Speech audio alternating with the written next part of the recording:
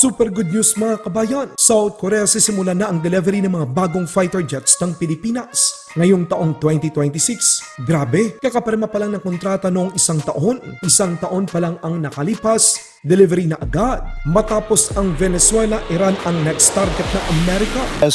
We will get involved. We'll be hitting them very hard where it hurts. Iran, babagsak na. Iran Real halos 1 milyon na ang palitan sa $1. USS Abraham Lincoln, CVN-72 aircraft carrier, nakabantay pa rin sa Scarborough Shoal.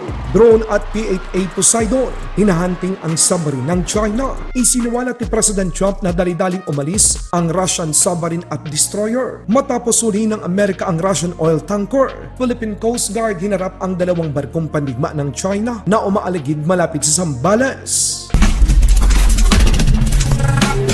Mga brand new na FA-15 ng Pilipinas ayon sa South Korea sisimulan na ang delivery ngayong taong 2026. Ginulat ng South Korea ang buong defense industry matapos nitong ipahayag na ang kaka-order lang na 12 bagong FA-50 Block 70 ng Philippine Air Force na nagkakahalaga ng $700 million.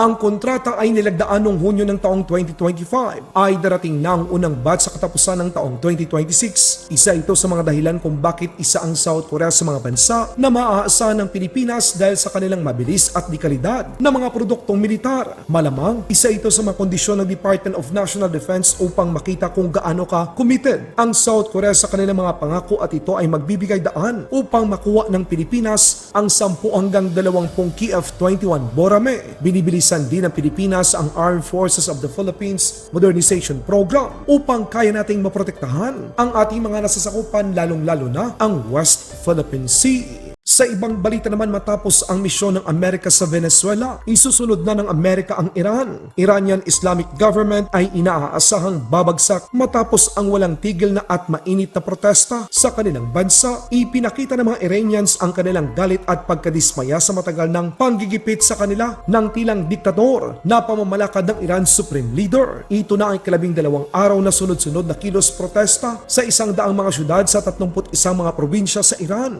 Kasunod nito ang pagbagsak ng pera ng Iranian. Umaabot na ngayon sa 994,055 Iranian Rial ang palitan sa $1.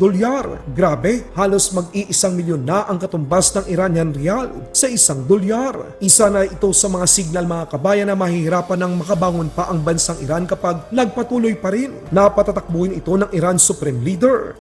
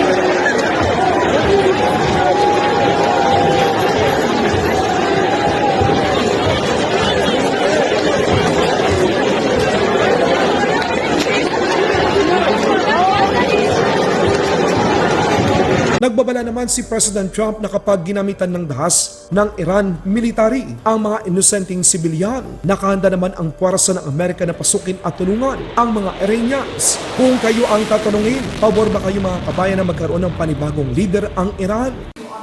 How long do you think the Ayatollah will be in power after what we've seen play out on the ground there? When is the U.S. going to get involved now that reports of protesters being killed on the ground? So Iran's in big trouble. It looks to me that the people are taking over certain cities that nobody thought were really possible just a few weeks ago. We're watching the situation very carefully. I've made the statement very strongly that if they start killing people like they have in the past, we will get involved. We'll be hitting them very hard where it hurts. And that doesn't mean boots on the ground, but it means hitting them very, very hard where it hurts. So we don't want that to happen. There have been cases like this where President Obama totally backed down. But this is something pretty incredible that's happening in Iran. It's an amazing thing to watch. They've done a bad job. They've treated their people very badly, and now they're being paid back. So let's see what happens. We're watching it. We're watching it very closely. Sa patuloy naman ng agresyon ng China sa Scarborough Shoal, halos mag-iisang linggo nang nakatigil ang USS Abraham Lincoln Nuclear Aircraft Carrier malapit sa isa sa mga teritoryo ng Pilipinas sa West Philippine Sea. Hindi ito pangkaraniwan. Posibleng binabantayan ng Estados Unidos ang kilos ng mga barkong pandigma at submarino ng China. Sa katunayan, maging ang US MQ-4C Triton, Unmanned Aerial Vehicle at P-88 Poseidon ay regular na lumilipad at nangangalap ng mga impormasyon sa area. Pagpapakita lamang na mahalaga para sa Amerika ang seguridad ng Pilipinas. Ipinahayag naman ni President Trump na matapos dumating ang puwersa ng Amerika upang kumpiskahin ang mga oil tanker ng Russia, dali-dali namang umalis ang Russian destroyer at submarine. Isang patunay na takot sila sa Amerika.